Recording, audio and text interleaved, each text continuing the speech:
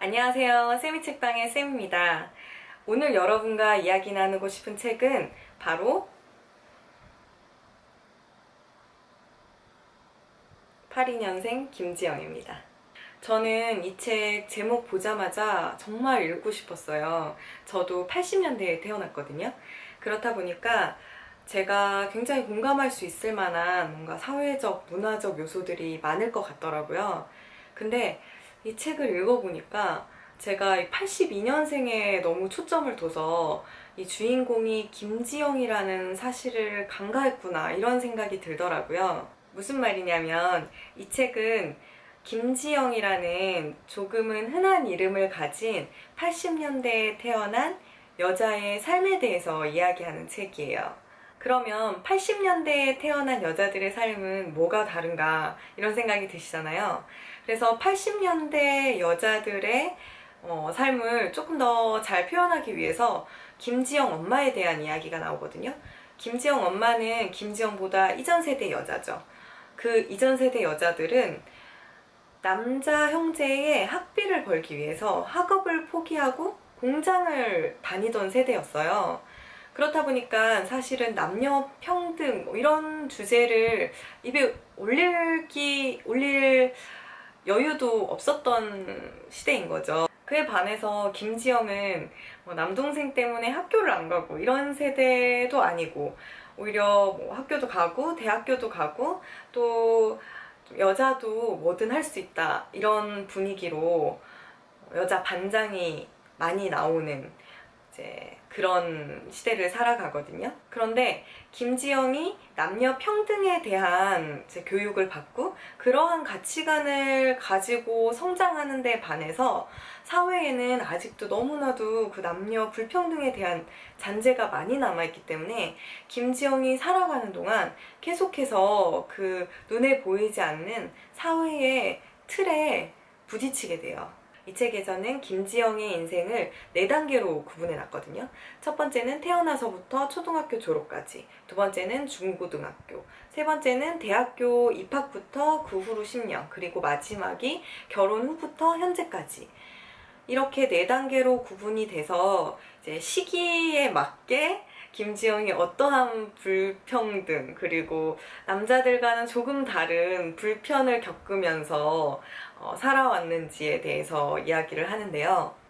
간단한 에피소드를 몇 가지 이야기하자면 초등학교 때는 앞번호를 남자, 뒷번호를 여자. 근데 생각해보니까 저도 초등학교 때 그랬거든요. 1번부터 20몇 번까지는 남자, 그리고 그 뒷번호부터 이제 여자.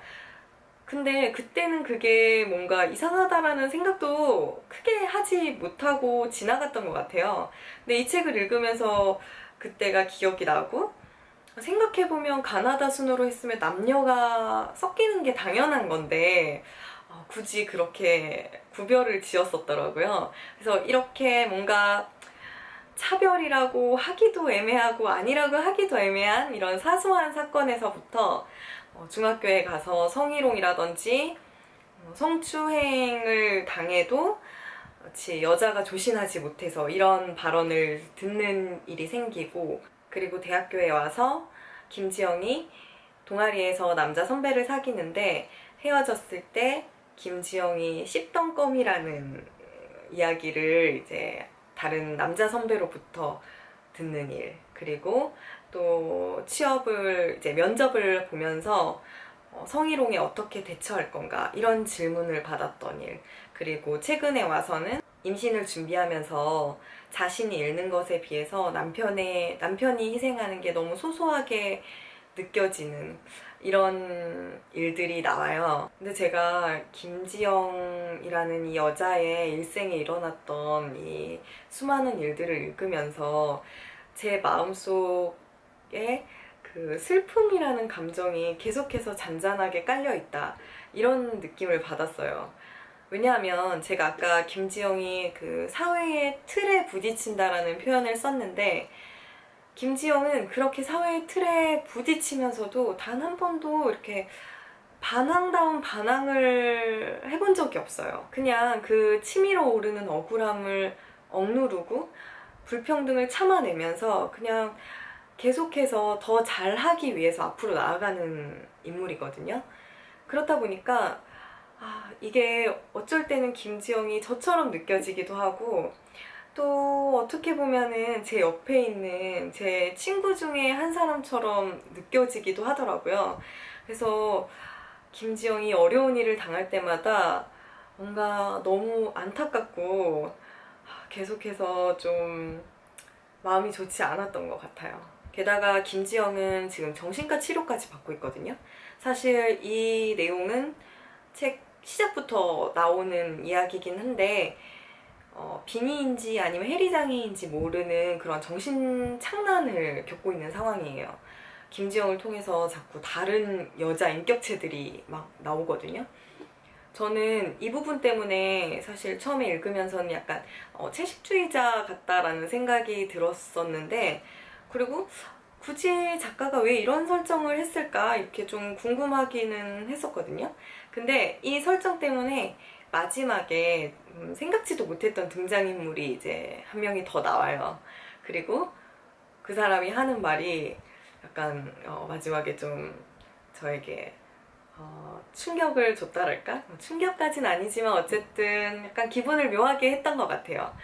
어떤 기분이었을지는 그게 좋은 기분인지 나쁜 기분인지에 대한 제 감정 표현은 좀 아끼도록 할게요. 왜냐면 아직 안 보신 분들이 계실 테니까 제 영상을 보시고 만약에 이 책을 읽으시는 분이 있다면 중간에 포기하지 마시고 끝까지 한번 읽어보세요. 그러면 또 다른 묘미가 있을 거예요.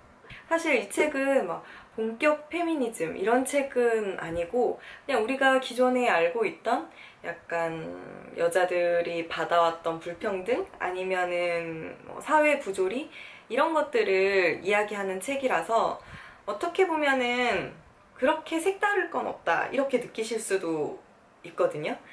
근데 오히려 그래서 좀 더 공감이 많이 되기도 하고 편하게 읽을 수 있었던 것 같아요. 그래서 요즘 같은 휴가철이나 아니면 뭐 주말에 하루 이틀 내서 쉽게 빨리 읽을 수 있을 책이니까 시간 나시는 분들은 한 번씩 읽어보시기를 바라고, 그러면 세상의 모든 김지영이 힘을 내기를 바라면서 오늘 책 소개는 여기까지 하도록 할게요. 조만간 또 다른 좋은 책 소개 드리도록 하겠습니다. 그동안 더 좋은 책 많이 읽으시고요.